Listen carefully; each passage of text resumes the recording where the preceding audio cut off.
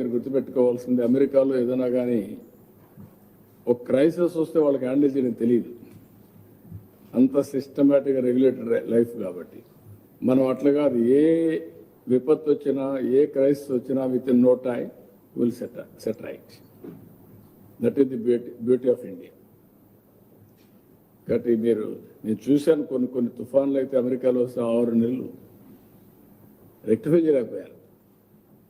మన ఇటీవల కాలం సిలికాన్ వ్యాలీలో వచ్చినటువంటి ఆ ఫైర్ యాక్సిడెంట్ అయితే ఎన్ని రోజులు పట్టిందో మీరు చూశారు.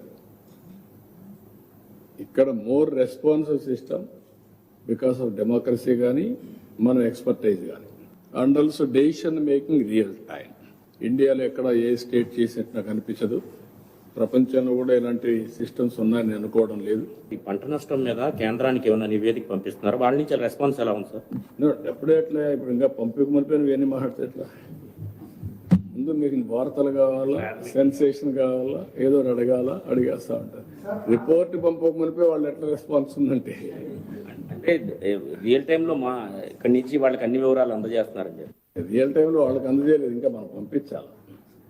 వాళ్ళ దగ్గర ఉండాలి కదా పోర్టల్, వాళ్ళ దగ్గర చూసుకుంటూ ఉంటుంది, వాళ్ళు చూసుకోవాలి కదా.